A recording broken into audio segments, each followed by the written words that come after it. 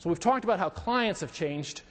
The other thing that's really significant, and this has changed a lot in 20 years, it's been an amazing rate of change in the last 5 years, is the mediums and methods that you can go out with to see clients, reach clients, but probably just as important, or maybe I would say more important, how clients expect you to reach out to them. And what do we mean by that? Well, we all know about the internet and digital communications. It has absolutely speeded the effort, speeded all kinds of transactions. It has increased the speed at which you can get new business, and sadly, it has increased the speed at which you can lose business. If you make somebody mad online and they have friends, you would not believe how fast that can spread. Now, the way you can use this to your advantage, and the way we see professional services firms doing some clever things here, is to help use digital services to provide to spread best practices. Take something interesting that's happening in one company that properly cleansed that you can use with others. What kinds of news about the industry experts. The other thing that you're going to face is that you've got a lot of clients out there who are going out and looking for information before they ever talk to you. And this is not just in professional services. It's in a number of industries. I think last year it was close to, I think it was 70% or more of everyone who bought a new car in the United States went online to get information and pricing about that car before they ever set foot in a dealership. And that has had some interesting ripple effects, in particular profit margins at dealers are in free fall, and they can't find sales reps because there's just not enough margin to pay them decently anymore. The issue for you is that there are all kinds of experts online now offering expertise who probably don't have the expertise that you do and probably shouldn't even be offering services, but you have clients going and talking to them first because it's online, it's free, and the big trend that we're seeing across industries is that clients now expect that you're going to be providing industry expertise and you're going to be providing it and just allowing them to access it in their own time in a self-service manner.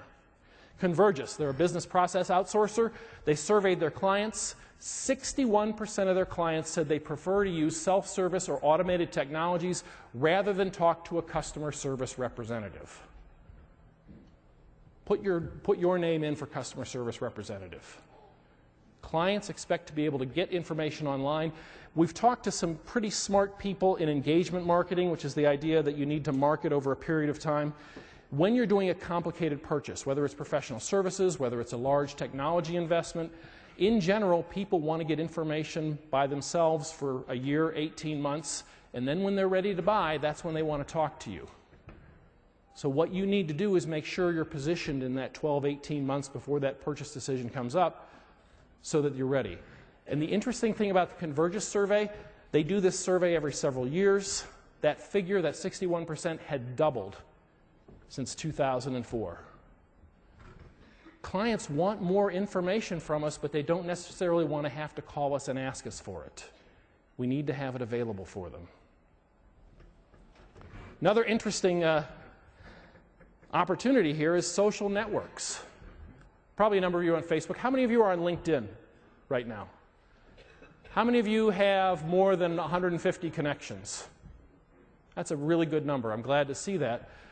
Because here's an interesting fact. I believe it was for executive positions last year, the single biggest source of referrals for executive positions last year, people getting new executive positions, was on LinkedIn. I'm not trying to encourage you to look for a new job. I'm trying to tell you that the executives that you want to reach are on LinkedIn, and increasingly, an increasing amount of business is being done there. Now, the interesting thing about social networking is that professional service firms are still trying to figure out where the right play is, because there are obviously a lot of regulatory, legal issues compared with this. But we see a lot of companies, and one of the best practices we're seeing now is that instead of just seeing it as a push mechanism where you are going out to a social network, putting stuff up, putting up a Facebook page, a LinkedIn page, they're trying to collect information from it. Looked at one transportation and logistics company that specifically has people on staff who are following dialogues at industry sites and forums for a couple things. First of all, they just want to learn about industry trends from the horse's mouth.